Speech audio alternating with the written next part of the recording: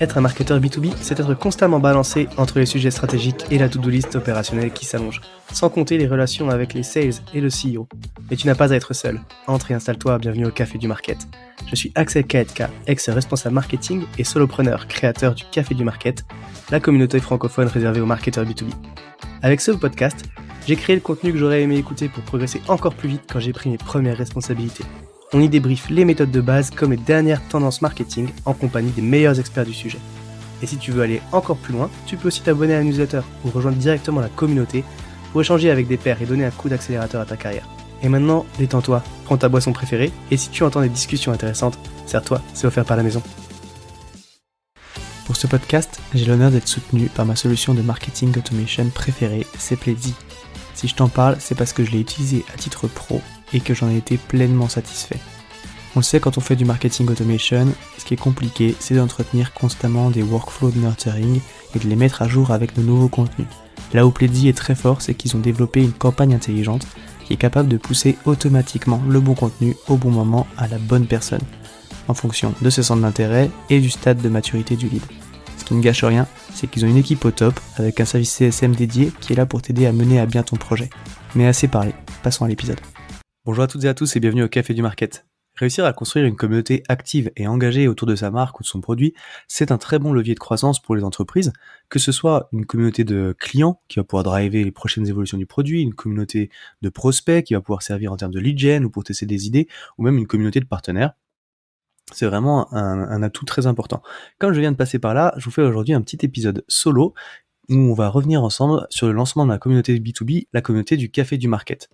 C'était le lundi 11 mars dernier, le lancement officiel de la communauté, du coup, comme je le disais, du Café du Market. C'est une communauté payante réservée aux marketeurs B2B. Rien de bien fou sur le concept, mais c'était mon gros projet de l'année et je l'ai abordé un petit peu comme, j'allais dire comme un lancement de produit au final. Et donc je me suis dit que ça pouvait être intéressant en termes de marketing de revenir un petit peu sur la construction de l'idée et sur le plan de lancement de cette communauté et un petit peu où j'en suis aujourd'hui, comment j'ai abordé le sujet.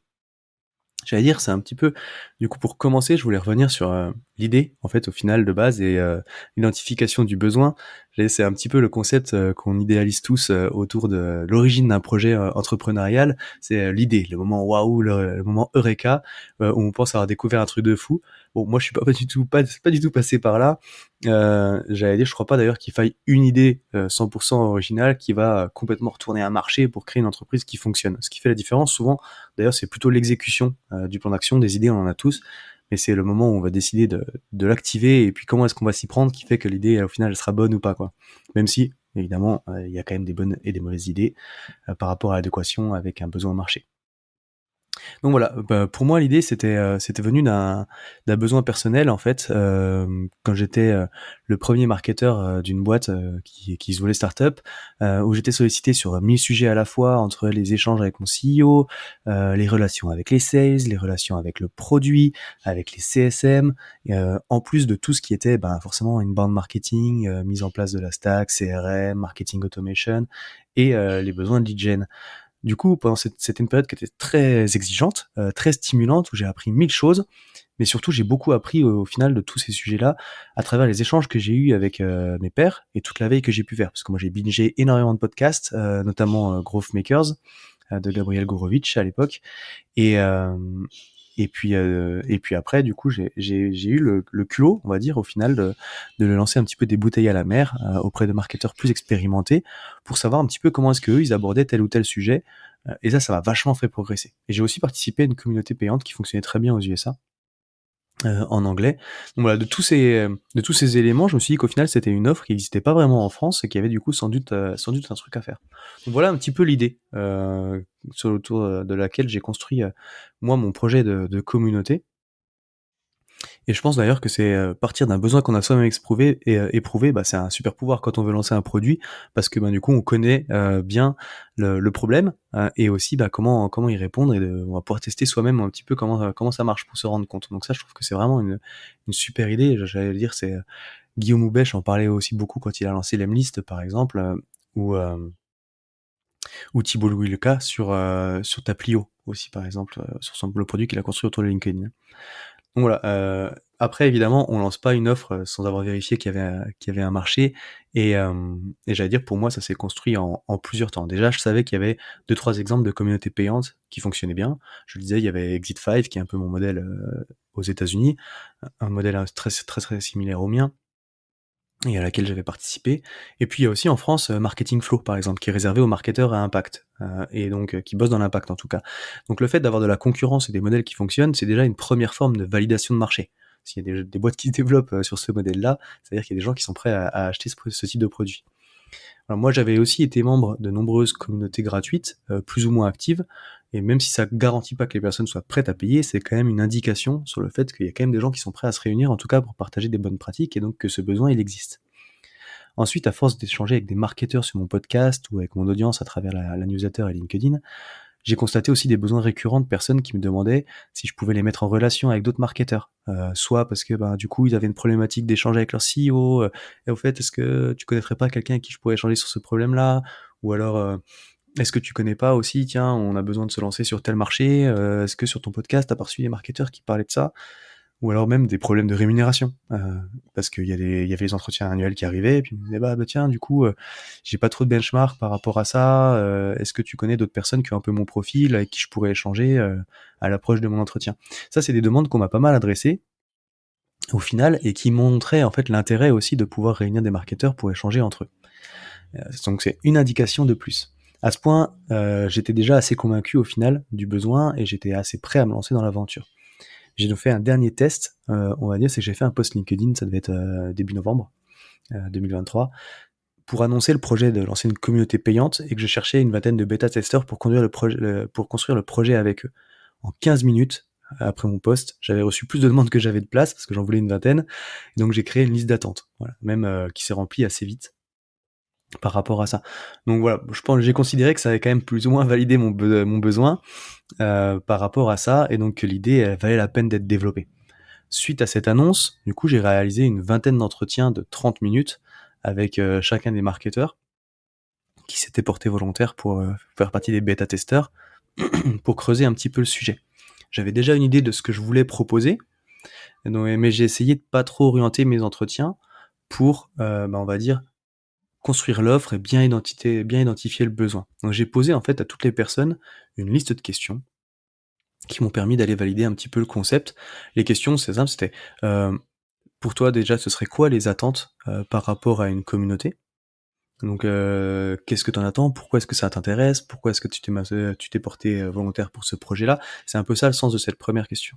La deuxième question, c'était est-ce que tu as déjà participé à des communautés? Est-ce que tu as déjà participé à ce genre de communauté? Voilà, ces deux premières questions, en fait, elles avaient le but pour moi de recueillir les besoins à l'origine de la volonté de rejoindre le projet. C'était éventuellement aussi des éléments que j'allais pouvoir utiliser dans mon copywriting plus tard, et de voir s'ils avaient déjà essayé de résoudre ce problème. Est-ce qu'ils ont déjà participé à des communautés? En fait, si ils ont jamais essayé de résoudre ce problème-là, c'est qu'en fait le problème il est pas forcément très prégnant. Et donc ça c'est un truc qui est très très important quand on fait, j'allais dire, des interviews un petit peu des découvertes utilisateurs, même quand on lance un projet. Et si les gens ils ont jamais essayé de résoudre le problème par eux-mêmes, c'est qu'au final le problème il est peut-être pas très douloureux. Et après, j'ai voulu essayer de creuser un petit peu la forme sur qu'est-ce qui était important en fait pour les gens dans une communauté. Avoir accès à un espace d'échange, est-ce que c'est des événements live, des événements physiques, avoir un centre de ressources aussi qui pourrait s'alimenter, dans lequel ils pourraient aller taper. Et ça, je leur ai demandé de classer un petit peu par ordre de préférence pour voir un petit peu c'était quoi, qu'est-ce qu'ils attendaient. Et puis après, je leur ai demandé en termes de technologie aussi et d'accès, est-ce qu'ils avaient des contraintes? Est-ce que c'est plutôt quelque chose qui concernerait sur le temps de travail, sur lequel ils voudraient accéder sur mobile, plutôt en dehors des heures de travail? Comment est-ce qu'ils consommaient en fait ce type de produit-là? Et c'était les deux dernières questions qui étaient un peu plus orientées pour me permettre de faire des choix sur le format et de affirmer ma conception du projet de base. J'allais dire l'un des problèmes théoriques que je connaissais là-dessus, sur ces questions-là, on va dire, et que je découvre en fait à partir de ce point dans mon projet, c'est la nécessité de recueillir du feedback sur les problèmes qu'ont les personnes, mais pas forcément sur les solutions à apporter. C'est un truc que disait Henry Ford au sujet de la création des voitures modernes et du moteur à explosion. C'était en fait, si j'avais demandé aux gens ce qu'ils voulaient, ils m'auraient dit des chevaux qui courent plus vite. Donc voilà, c'est un peu l'idée là de ces questions-là, c'est que j'ai essayé de pas trop demander en fait aux personnes qu'est-ce qu'ils attendaient en termes de produits finis, mais plutôt c'était quoi leurs besoins et puis comment est-ce qu'ils avaient déjà essayé d'y répondre. Et puis après, ça m'a permis moi de revenir sur la conception de l'offre. Et donc à ce point-là, j'ai vraiment décidé d'ancrer un petit peu le format de la communauté que j'avais imaginé, avec du coup un espace d'échange, parce que c'était un peu quand même ce qui revenait en premier dans les besoins, que j'ai décidé de faire sur Slack. Parce que c'était vraiment aussi un produit en fait qui était déjà utilisé au quotidien. C'était pas forcément mon idée de base, parce que moi je pensais le faire plutôt dans un espace dédié, type Podia ou Circle, enfin bref, il y a différents besoins. Mais en fait, j'ai vraiment remarqué que dans toutes mes interviews, quasiment Slack était déjà présent dans la stack technique des gens, et que du coup, ça allait grandement limiter pour moi le frein à l'adoption, plutôt que de faire passer les gens dans un espace privé supplémentaire auquel ils accéderaient pas forcément. Donc cet espace d'échange sur Slack, et puis après il y avait ce besoin de se réunir et de se voir, comparé peut-être aussi en fait à ce qui existait en gratuit et qui faisait que les communautés créaient pas vraiment le lien. Et du coup c'est pour ça que j'ai décidé d'organiser aussi des lives réguliers. Et puis après il y avait un centre de ressources qui était pas forcément quelque chose qui était très demandé, mais que moi je considérais qu'il y avait de la valeur pour le coup. Là c'est un arbitrage que j'ai fait, parce que déjà j'avais déjà créé pas mal de ressources et de templates, et donc je me suis dit que c'était un bon endroit pour les mettre, que ça faisait de la valeur ajoutée en plus, on va dire, par rapport aux espaces d'échange, et puis que c'est aussi pour moi un moyen de garder une trace et de créer une bibliothèque au fur et à mesure qui s'alimente à partir des échanges dans le Slack, et puis des replays des différents lives. Donc voilà, c'est quand même une base de données qui vient en plus et qui, moi aussi, j'avoue, me rassurait dans le fait d'avoir aussi quelque chose qui donnait de la valeur en plus des échanges, par rapport tout simplement au fait de faire une communauté payante. Ben, c'est un peu bête, mais je l'ai aussi fait un peu pour me rassurer, on va dire. C'était pour justifier le fait que ce soit payant. Et bah, du coup, c'était qu'en plus de tous les espaces d'échange et live, c'est aussi qu'il y avait quand même une bibliothèque de ressources qui avait de la valeur en soi. Donc voilà, ça c'était un petit peu le format de la communauté que j'ai ancré suite à ces différents échanges. À ce niveau-là, on est fin 2023. Et du coup, on va rentrer maintenant dans une deuxième étape. C'était un peu le pré-projet, on va dire. Et maintenant, on va rentrer dans le plan de lancement. J'allais dire que j'ai construit en fait en deux étapes. Un pré-lancement produit, en fait, qui s'est passé à partir du 8 janvier avec les bêta-testeurs. Et après, il y a un pré-lancement marketing, on va dire, pour faire grossir une liste d'attente avant de lancer le produit. Pourquoi je l'ai construit en deux étapes et j'ai fait un pré-lancement produit? C'est-à-dire qu'en fait, j'ai pré-lancé la communauté début 2024 avec les 20 bêta-testeurs. Donc j'ai ouvert le Slack, j'ai organisé les premiers événements, j'ai créé l'espace de ressources, et comme ça m'a permis déjà moi de tester l'animation, et puis ça a permis aussi d'avoir un premier noyau d'une vingtaine de personnes qui ont du coup appris à se connaître pour être plus à l'aise dans les échanges, et qui ont permis déjà de donner vie en fait à cet espace communautaire, pour que le jour où ce serait lancé officiellement et ouvert, en fait, les gens n'arrivent pas dans un espace vide, qui est déjà un peu de vie, et qui est déjà des premiers échanges, et comme ça allait lancer naturellement la machine. Donc ça, c'était un peu le but de ce pré-lancement produit à partir du 8 janvier. Donc je le disais, on est le 8 janvier, moi j'avais une date prévue d'ouverture au 11 mars, après les vacances scolaires en fait de février. Au début, je voulais le faire un peu plus tôt, mais je me suis dit que c'était pas forcément une bonne idée de lancer pendant les vacances. Donc j'ai repoussé ça après les vacances. Donc ça avait deux buts, ce pré-lancement produit, je le disais encore. Moi, tester les échanges, et puis donner vie à cet échange, à cet espace communautaire aussi, pour qu'une fois que l'ouverture officielle arriverait, les gens puissent naturellement s'introduire dans un espace qui vit déjà. Donc là, ça c'est le pré-lancement produit. Derrière, on a le pré-lancement marketing. J'allais dire, donc ça c'était le but, c'était de teaser le lancement de la communauté pour l'ouverture, pour tout simplement après rentrer dans une dynamique, on va dire, pour attirer des gens, voilà, faire attirer des membres, des futurs membres, et puis du coup faire grossir la communauté. Ce pré-lancement avec les bêta-testeurs, ça m'a aussi donné beaucoup de matière en fait pour construire ce pré-lancement marketing, parce que j'avais des comptes rendus des premiers lives, j'avais des retours sur les premiers échanges, j'avais des témoignages du coup aussi de gens qui étaient dedans et qui allaient pouvoir dire ce qu'ils en pensaient. Donc en fait, ce que j'ai fait sur cette période-là, entre le 8 janvier et le 11 mars, c'est que du coup j'ai mis en marche mon plan de lancement de marketing. Déjà, j'ai mis à jour mon site, j'ai tout refait le site du Café du Market pour accéder à la proposition de valeur autour justement de cette communauté, comme une landing page au final. J'ai créé une landing page aussi pour recevoir les préinscriptions, j'ai mis en place une liste de préinscriptions. J'ai inséré, on va dire, la proposition de valeur aussi dans l'introduction du podcast, donc j'ai refait l'introduction du podcast, je l'ai réannoncé aussi dans la newsletter du Café du Market. pour tu commencer à communiquer un petit peu autour de ça. Et puis après, j'ai surtout, on va dire, mis en place 2 workflows d'emailing pour faire grossir la base de préinscrits et réchauffer ces préinscrits dans l'attente de l'ouverture de la communauté. Donc ces 2 workflows, il y a le premier en fait où j'ai récupéré toute la base de ma newsletter et j'ai créé un workflow de 6 mails à une semaine d'intervalle qui avaient chacun un objectif différent, mais qui poussaient tous vers, en call to action, vers inscrivez-vous, préinscrivez-vous pour le lancement de la communauté. Ces mails-là, donc à chaque fois il y avait un objectif par mail avec un CTA clair. Le premier mail c'était pousser la proposition de valeur de la communauté. Donc en gros dire c'est ça, quand on est le premier marketeur d'une boîte ou qu'on est un nouveau head-off, on rencontre tel type de problématique, tel type de problématique, tel type de problématique. Et c'est difficile de trouver des gens avec qui échanger parce qu'on est un peu isolé en entreprise. Et donc, c'est pour ça que j'ai créé cette communauté-là qui réunit ce type de profil avec ça dedans. Préinscris-toi, ça va bientôt ouvrir. Ça, c'était le premier mail pour pousser la proposition de valeur. Et puis après, derrière le deuxième mail, le but, c'était un compte-rendu d'un premier échange, d'une première discussion dans Slack pour montrer qu'il y avait des échanges qui avaient de la valeur sur un sujet d'intérêt par rapport aux problématiques du premier mail. Dans le troisième mail, je présentais les ressources, une partie des ressources de ce qu'il y avait dans l'espace de ressources de la communauté pour montrer encore une fois la valeur. Dans le troisième mail, je remettais en avant des problématiques de la cible. L'idée, c'était encore de réassister un petit peu sur les problématiques. Dans le cinquième mail, c'était un compte-rendu du premier live. Et à la fin, c'était un dernier mail de rappel avant le pré-lancement en disant au fait, si tu es préinscrit, tu auras une réduction sur l'abonnement, sur l'adhésion à la communauté. C'est le dernier moment pour te préinscrire parce que ça ouvre bientôt. Vas-y. Donc jouer un petit peu, on va dire, sur le FOMO et puis sur la réduction pour les préinscrits. Ça, c'était mon mail de workflow pour, du coup, les gens qui étaient dans ma base mail, mais qui n'étaient pas forcément préinscrits. À côté de ça, j'ai mis en place un deuxième workflow, parce qu'une fois qu'on se préinscrivait, potentiellement, il y a des gens qui étaient préinscrits depuis quasiment 2 mois, et donc il fallait garder le contact avec eux jusqu'à l'ouverture de la communauté pour essayer de les exciter un peu, donner envie. Donc là, j'ai créé j'ai un autre workflow de mail avec pareil, à chaque fois, différents éléments, le compte-rendu d'un échange dans le Slack, la présentation des ressources, les comptes-rendus du premier live, la mise en avant d'un témoignage d'un membre, aussi de ce qu'ils avaient dit, de ce qu'ils pensaient de la communauté, et à la fin, la compte-rendu d'un autre live. Alors, le but, c'était de montrer la valeur de la communauté, et puis de créer un petit peu de l'attente autour de tout ça.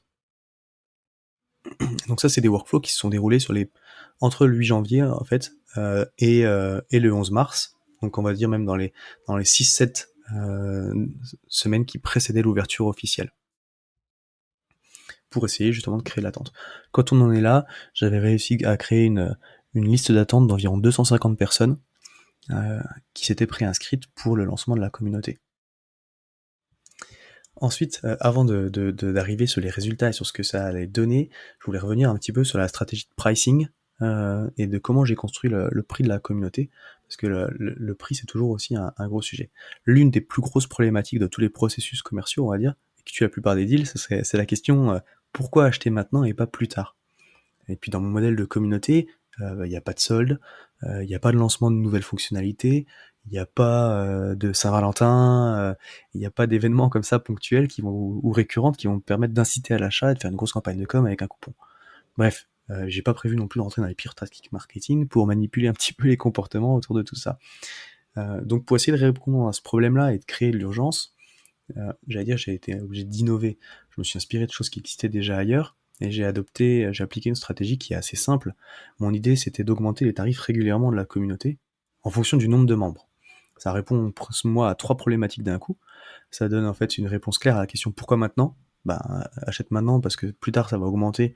Toi, du coup, tu auras un tarif plus intéressant. Ça montre que la valeur, elle augmente aussi avec le temps et le nombre d'abonnés, parce qu'il y aura plus d'échanges, la bibliothèque de ressources, elle s'agrandit aussi, donc c'est encore plus qualitatif. Et donc, du coup, le prix qui augmente avec le nombre de membres, ça reflète aussi ça. Une valeur qui augmente petit à petit. Et puis après, c'était aussi l'idée d'amener petit à petit vers une masse critique de la communauté pour assurer la qualité des échanges, parce que forcément, ce qui est au bout d'un moment, si les prix augmentent, du coup, ça va restreindre aussi potentiellement le nombre de gens qui voudront adhérer, parce que le but, c'est pas d'arriver à une communauté de 10 000 personnes, et puis ça permet aussi de donner une forme de privilège, on va dire, à ceux qui auront rejoint la communauté le plus tôt. Donc voilà pourquoi j'ai choisi un petit peu ce modèle-là. C'est une formule qui me semble adaptée, à voir dans le temps si je garde ce fonctionnement-là, ce modèle-là ou pas, après, parce qu'après tout, un pricing, c'est comme tout, ça se teste et ça évolue.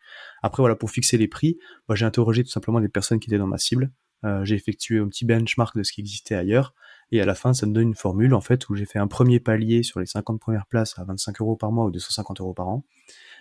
Pour les préinscrits, il y avait moins 25% sur ce premier palier-là. Et puis après, un deuxième palier à 30 € par mois, un troisième palier à 35 € par mois, et un quatrième palier à 39 € par mois, qui serait le prix final, on va dire. Et à chaque fois, avec une formule d'abonnement, d'adhésion annuelle, qui offre 2 mois, quoi. On revient en gros à 10 mois d'abonnement sur le tarif. Donc voilà un petit peu comment j'avais construit mon pricing. C'est vraiment quelque chose sur lequel je réfléchis beaucoup. Est-ce que je vais vraiment garder une formule qui évolue dans le temps sur le tarif ou pas? Et puis l'autre point aussi sur lequel je réfléchis, c'est que je me dis que plutôt que créer de l'urgence avec une augmentation de tarif, est-ce que je jouerais pas plutôt la carte de dire en fait c'est sans risque plutôt, et donc faire un essai gratuit de 7 jours par exemple, euh, par rapport à l'abonnement, pour justement plutôt que de dire bah en fait abonne-toi maintenant parce que créer du FOMO, dire en fait c'est sans risque. Prends ton abonnement parce que tu risques rien, tu vas pouvoir voir à quoi ça ressemble et puis tu auras le choix de te désabonner si ça te plaît pas avant d'avoir payé quoi que ce soit. Ça c'est ma réflexion du moment et peut-être que j'y arriverai à moyen terme, que je testerai en tout cas ce format-là de free trial. Un peu comme un SaaS au final. Voilà un petit peu sur la partie pricing. Maintenant qu'on en est là, je vais arriver sur la partie objectifs et résultats. Peut-être le passage qui va le plus t'intéresser, je sais qu'on aime bien les retours d'expérience chiffrés. Donc, quand j'ai pré-lancé la communauté, on est arrivé au moment du 11 mars à 255 marketeurs qui étaient préinscrits dans la liste. Donc c'était franchement pas mal. Mes objectifs initiaux, c'était... Alors j'ai fixé surtout un objectif, pas tant sur le lancement, mais à 1 an. En gros, c'est que mon objectif, ce serait d'arriver à 100 membres payants fin 2024. Parce que ça permettrait du coup de vraiment valider le concept. C'est le cap, on va dire, un petit peu des 100 premiers clients, qui est un peu symbolique aussi. Et, et aussi, bah, on va dire en termes de MRR, ça représenterait un peu plus de 2000 €, un peu plus de 2200 € hors taxe de MRR. Donc ça commence aussi à parler un petit peu, on va dire, en termes de revenus, et à faire une ligne qui vaut le coup de s'y consacrer vraiment, quoi. Donc je le disais, 255 marketeurs préinscrits au moment du lancement. Sur la semaine de pré-lancement, sur la semaine de lancement, on va dire, où il y avait du coup le tarif réduit pour les préinscrits, j'ai généré une quinzaine d'abonnements, 14 abonnements mensuels et un abonnement annuel, soit à peu près 280 € hors taxe de MRR. C'est plus que ce que j'imaginais. Enfin, à la base, je voulais une dizaine de membres sur l'abonnement. Après, quand j'ai vu cette liste grandir de 255 marketeurs préinscrits, c'est vrai que je me suis dit, oula, qu'est-ce qui se passe potentiellement, si j'avais aucune idée de ce que ça allait donner en termes de conversion. Donc je me suis dit, si il y a 200 qui arrivent d'un coup sur les 255, qu'est-ce qui va se passer? Donc bon, bref, en termes d'animation de la communauté aussi, ça commençait à m'inquiéter un petit peu même. Et donc j'avais prévu de faire des batchs en fait en disant la première semaine bah, je vais ouvrir 40 places et puis la deuxième semaine il y aura peut-être 40 nouveaux membres et puis voilà, bon bref, ça c'était pour séquencer un petit peu l'entrée dans la communauté pour me permettre d'animer et puis de rencontrer un peu tout le monde. Mais du coup, voilà, au final, et du coup, ça a fini même par me dire, est-ce que j'aimerais pas atteindre 20 membres, quoi, dès le lancement, plutôt que les 10 que j'avais fixés. Bref, ça fait un petit peu péter les objectifs dans la tête. Mais mon premier objectif, c'était ça, 10 membres sur la semaine de lancement. Donc au final, je l'ai atteint. Le lancement est plutôt dans les clous de ce que j'avais fixé. Là, aujourd'hui, au moment où j'enregistre, on est 1 mois et demi après le lancement, et il y a 27 membres payants dans la communauté, donc ça a bien augmenté aussi par rapport à la semaine de lancement, et ça c'est très cool.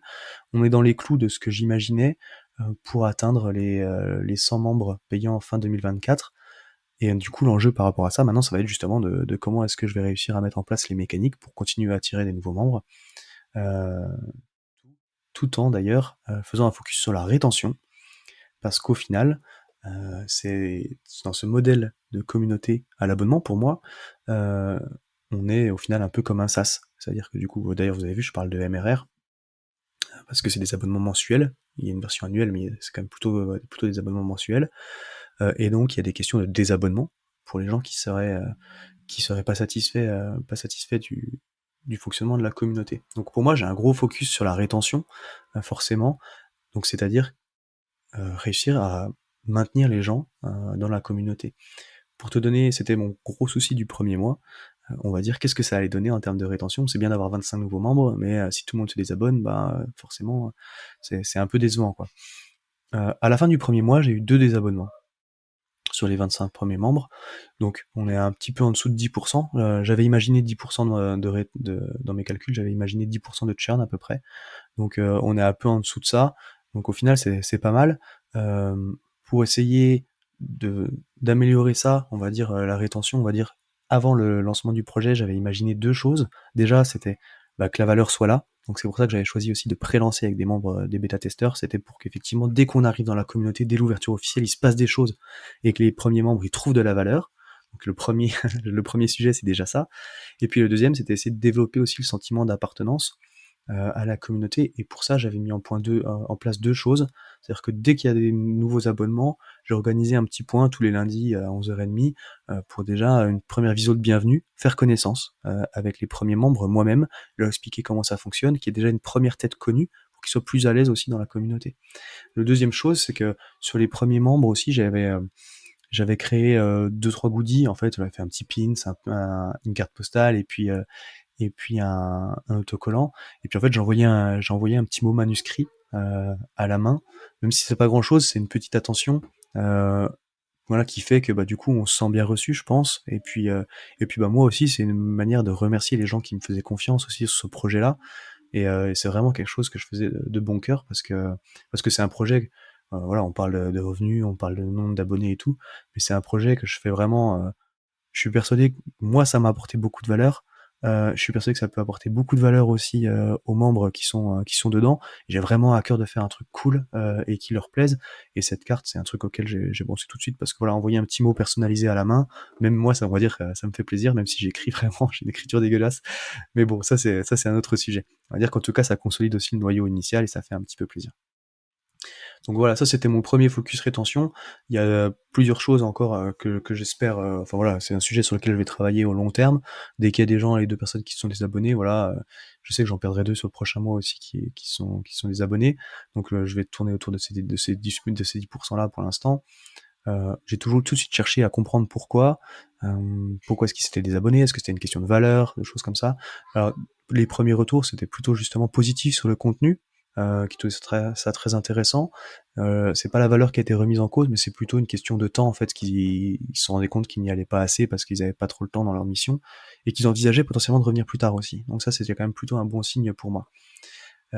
Et aussi, à l'issue de ce premier mois, c'est cool, c'est que j'ai pu aussi avoir du coup les premiers retours, témoignages des personnes qui sont restées abonnées, qui m'ont fait des retours très positifs. Et ça, c'est pareil, ça va m'aider aussi déjà, moi, ça me rassure sur la valeur du produit. Ça me fait super plaisir de voir qu'il y a des gens qui sont contents et qui trouvent de la valeur effectivement là où j'imaginais. Ça me permet aussi, du coup, d'avoir des premiers témoignages clients que je vais pouvoir utiliser dans ma com. Et, euh, et puis après, ça va aussi me permettre d'affiner, on va dire, un peu mon persona idéal, parce que moi j'imaginais cette communauté plutôt pour les marketing managers, donc les personnes qui sont premiers marketeurs d'une startup ou d'une entreprise, d'une PME, qui sont un peu tout seuls isolés sur leur poste, et aussi pour les premiers head-off, donc on va dire qui constituent leur équipe, avec les premières questions de management, quand on est 3, 4, 5 dans l'équipe marketing, voilà, on a les sujets avec le CEO, avec les sales, de management aussi, et donc c'est des problématiques qu'on rencontre souvent pour la première fois et sur lesquelles on est un peu isolé, c'est difficile d'en parler à l'intérieur de l'entreprise, mais il y a plein de gens qui passent par là ou qui sont passés par là, et donc on a beaucoup de valeur à échanger autour de ça. Donc ça, c'est les premiers profils qu'il y avait dans la communauté. Et puis après, c'est aussi, j'imaginais potentiellement des CMO part-time qui ont vécu ces entreprises-là, ces problèmes-là en entreprise, ou alors qu'ils le vivent partiellement avec leurs clients, qui ont des choses à apporter. Et ma question, c'était aussi autour des profils de spécialistes. Quand on est content manager ou alors qu'on est free spécialisé SEO, voilà, potentiellement on a envie de faire grossir sa culture marketing pour pourquoi pas revenir sur des postes de généraliste et puis faire avancer sa carrière en entreprise. Voilà, c'était un peu ça les profils, même si du coup je constate que forcément c'est sur mon cœur de cible marketing manager, head of marketing et potentiellement CMO part-time qui a le plus de valeur sur ces sujets-là, sur la communauté. Donc, et c'est ce qui se traduit, on va dire, dans les premiers retours des membres. Donc c'est cool, ça me permet d'affiner, et ça c'est quelque chose sur lequel je vais pouvoir me centrer aussi dans les prochaines semaines.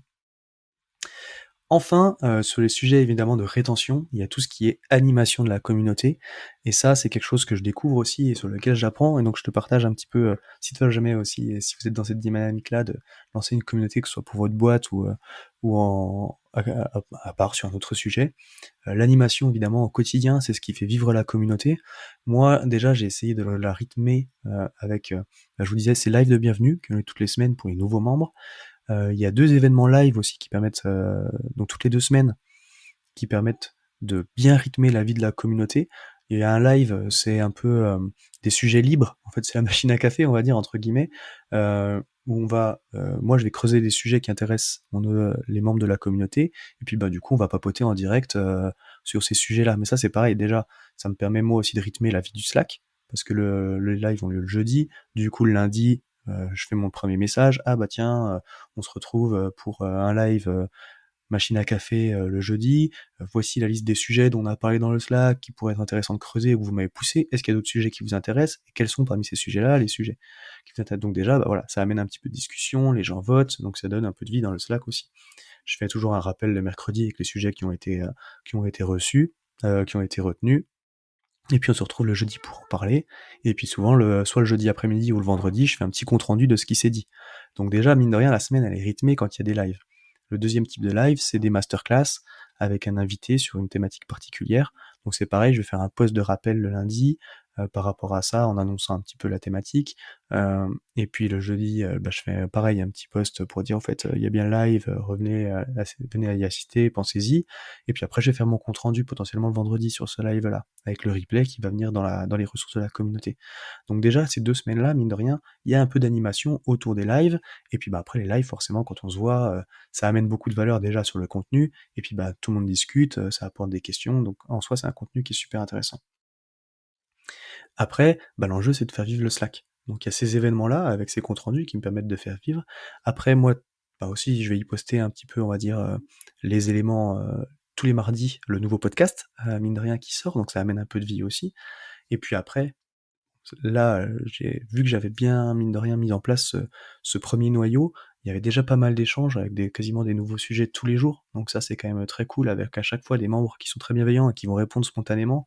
Donc au final, j'essaie de laisser un petit peu le temps aux gens de répondre aux questions des membres avant moi d'aller répondre. Moi, je vais toujours aussi répondre aux membres, mais s'il y a pas de réponse, bah, j'y vais aussi pour animer les sujets, parce qu'il faut que toutes les questions aient une réponse. Et donc d'animer un petit peu ça. Et puis après, bah, moi aussi j'ai un dossier de veille, on va dire, parce que je lis plusieurs newsletters, j'écris les miennes.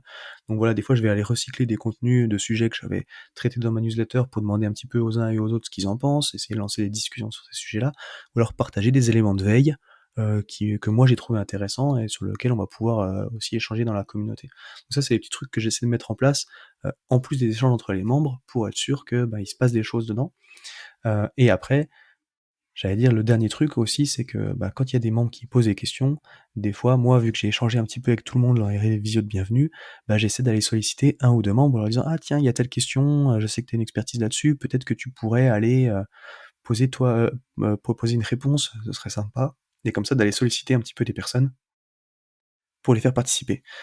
Voilà, ça c'est des petits trucs d'animation que j'ai trouvé pour l'instant et qui marche plutôt pas mal, parce qu'au final, on a quand même, j'avais compté, il y a 2 semaines, bref, on avait quasiment une 80 ou 70 échanges 80 ou 100 échanges dans la semaine, donc ça c'était quand même trop cool, et au final, ça vit pas mal. Voilà un petit peu ce 1er bilan, de comment on lance une communauté en B2B et puis comment ça s'est passé pour moi. Il y a un dernier point sur lequel je voulais revenir, c'est la différence entre audience et communauté. En fait, ce projet-là, hem donc aujourd'hui, on est un peu plus, quasiment une cinquantaine de membres dans la communauté. C'est pas un truc qui est arrivé et qui est né juste en novembre. Si tu suis le podcast, tu le sais, et peut-être que tu es abonné aussi à ma newsletter. Le podcast, il a déjà 2 ans. En fait, ce projet de communauté, c'est quelque chose que j'avais déjà en tête quand je me suis lancé en indépendant en début 2022, mais c'était trop tôt pour la lancer. J'avais pas d'audience, personne me connaissait, et donc pourquoi est-ce que les gens m'auraient fait confiance à ce moment-là pour me suivre dans ce projet-là de communauté? Donc en fait, ce que j'ai commencé par construire le podcast, partager la veille, créer une audience, montrer que quand même, bon j'espère en tout cas, créer un lien de confiance avec mon audience, que je connaissais un petit peu le sujet. En tout cas, j'ai été capable de fédérer aussi des gens autour d'un podcast et des experts. Donc ça m'a permis de créer une audience. L'année dernière, j'ai lancé la newsletter aussi, qui m'a permis de partager des bonnes pratiques et de créer une base mail, mine de rien, aussi qui allait me servir dans le pré-lancement. Et donc, il y a LinkedIn aussi où je poste régulièrement. Tout ça m'a permis de construire une crédibilité, de construire une audience avec des gens qui me faisaient confiance, qui suivaient mon contenu et qui donc étaient prêts à me suivre en fait dans ce projet-là de communauté. Et donc et j'avais aussi besoin, avant de lancer un projet comme ça, mine de rien, moi, en tant qu'indépendant, de stabiliser mes revenus de conseil pour pouvoir aborder ce projet sereinement. Donc voilà, j'allais dire, l'audience avant la communauté. Au final, la communauté, c'est un projet que j'ai lancé en début d'année, mais si je voulais être vraiment honnête et regarder un petit peu dans le rétroviseur, c'est quasiment en fait un projet que je lance depuis 2 ans à travers le podcast et la newsletter qui m'ont vraiment permis, de développer cette audience et ensuite, du coup, d'en venir à la communauté qui a un niveau supérieur d'engagement. Voilà un petit peu ce que je voulais dire par rapport à ça, et si j'avais un conseil à retenir par rapport à ça, ce serait vraiment ça. Déjà de travailler l'audience avant de passer sur la communauté, parce que c'est grâce à ça qu'on peut la lancer. Et puis après, je pense que c'est un conseil qui m'avait été donné par Héloïse, de la Growth Machine qui est, community builder là-bas. Heu, c'est vraiment ce pré-lancement aussi avec des bêta-testeurs qui m'a permis de tout tester et puis de créer un environnement, bienveillant et propice en fait, pour accueillir de nouveaux membres lors du lancement officiel. Et ça a vraiment beaucoup aidé, je pense aussi dans un démarrage que je considère réussi et sur lequel j'ai des bons retours. Voilà pour cet épisode sur un peu building public de la communauté et puis sur mon expérience et comment j'ai abordé le sujet. Si jamais tu as des questions, évidemment, n'hésite pas, que ce soit par email ou que ce soit par LinkedIn, je répondrai à tes questions. Et puis si la communauté, ça t'a donné envie et que tu veux nous rejoindre, c'est lecafédumarket.fr. Et puis tu seras évidemment bien reçu, avec plaisir. Voilà, et là-dessus, je te souhaite une bonne journée, un bon long week-end, du coup si tu fais le pont, et puis je te dis à très vite la semaine prochaine pour un nouvel épisode. À tous ceux qui ont tenu jusqu'ici, déjà merci beaucoup, et j'imagine que le sujet vous a plu, donc n'hésitez pas à envoyer de bonnes ondes à notre invité. Pour ceux qui le souhaitent, le meilleur moyen de soutenir le podcast, ça reste d'en parler autour de vous et de laisser 5 étoiles sur ta plateforme d'écoute préférée. Je compte sur toi. Dans tous les cas, à bientôt pour un prochain rendez-vous au Café du Market.